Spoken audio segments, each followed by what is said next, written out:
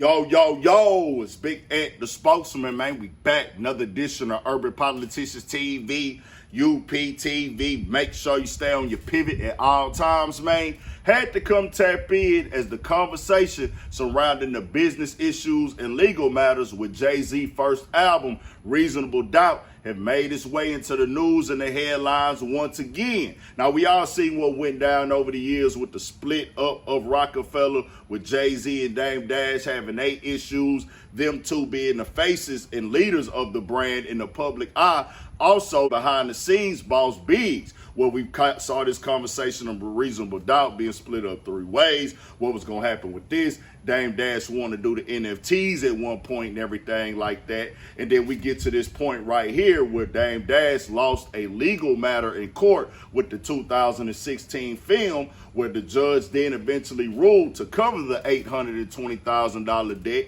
that he would have to sell his portion of Reasonable Doubt for that and things of that nature. Well, recently, Dame Dash popped out on social media and said, hey, highest bidder, come get it. Posted the album up, said whoever want to come get their portion of this, make me the offer. Highest bidder is going to win and things like that. Well, now it came out from Jay-Z and his legal team where they went and put the message out there to the people and said this. Jay-Z is staking legal claim to the master recordings of his iconic debut album, and it's a buyer beware notice of sorts to anyone getting ready to drop more than $1 million to buy Dame Dash's share of Rockefeller Records. TMZ Hip Hop has learned Jay's attorneys just made a legal filing that might normally fly under the radar, but here's why it's suddenly very relevant. As we first reported, Dame's third of Rockefeller is going up for auction later this month, and the label's only reasonable asset is Jay-Z's 1996 album, Reasonable Doubt. While Rockefeller currently holds the copyright on the record and all its tracks, Jay's attorneys have now filed notice that those rights will revert to one Sean Carter Jay-Z in 2031. Even though Jay and Dame ain't exactly vibing these days, this legal move isn't about revenge, it's just business. The rights would have gone back to Jay 35 years after the record was released anyways. His lawyers have just filed the paperwork to make it official. So what does this mean for the August 29th auction? Whoever ends up winning Dame's shares, minimum bid is $1.2 million, will enjoy 1/3 of all Reasonable Doubt revenues, but only for about the next 6 years and change. Then it's all Jay's. We broke the story there would be a limited shelf life, financially speaking, for whoever wins the auction, and now Jay-Z's declared the expiration date.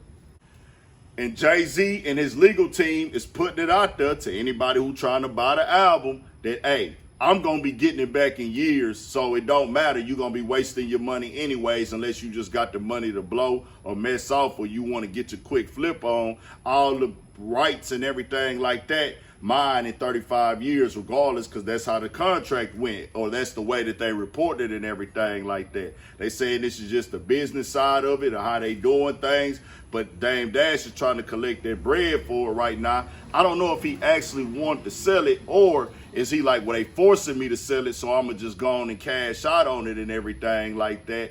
But they like, well, hey, nah, we going to get this album back in years anyways. Somebody might still want to buy it. I don't know. I don't think Dame Dash really wanted to sell it, but he did say it was up for grabs. And is that because the judge is forcing him to sell it, or did he really want to sell it from losing that lawsuit and everything? But I don't think Dame Dash wanted to sell it either way. They just trying to put it out there to him that he has to from the lawsuit and things. But Jay-Z and them is like, well, hey, bro, we going to fight for it still. We going to have it back in these years anyways, so it don't need to be sold to anybody. Just know if you going to buy it, it's coming back to me regardless. This is how these things get shaken in court, these contracts. The Rockefeller breakup was crazy in itself, and to see it get to this point right here with Dame, Jay don't rock with each other at all. At one point in time, they was next to each other all the time.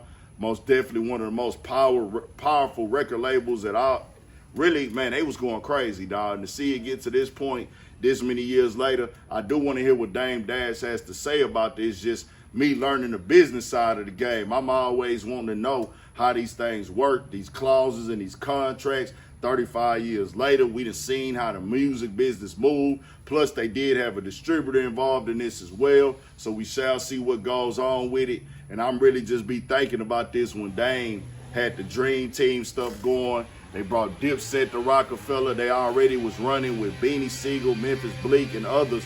But seeing where it said, nah, man, it do get crazy. And I always do have to pay that respect and acknowledge what Dame Dash was pushing back in them times. And I kind of understood a little bit when he was going in on the backstage DVD, letting the labels know not to play with him and things like that. And he was always pushing that independent mindset, them understanding that we are the talent, we are what makes this thing move and things like that, because you see it more relevant now today, what he was pushing, what he was standing for with Rockefeller, how he wanted them to look, their image, the way that he wanted the distributors, the labels, and the industry to respect them. Dame Dash wasn't wrong in his overall message when it came to talking to these labels and these other people having opinions on the culture and the perception that he was trying to have. I most definitely understand that now to the highest level, and to see him push that no matter what he got going on, that side of the game, him being willing to go out here.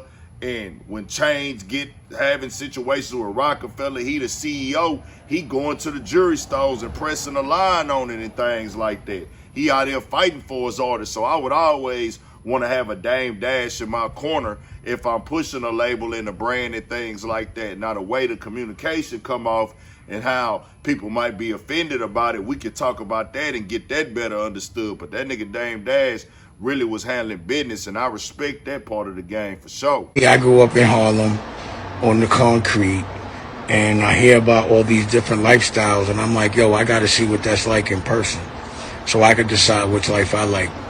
And I was out here visiting Kanye, and I was like, fuck it, man, I'm going to get my own ranch. You know what I'm saying? So that's what happened.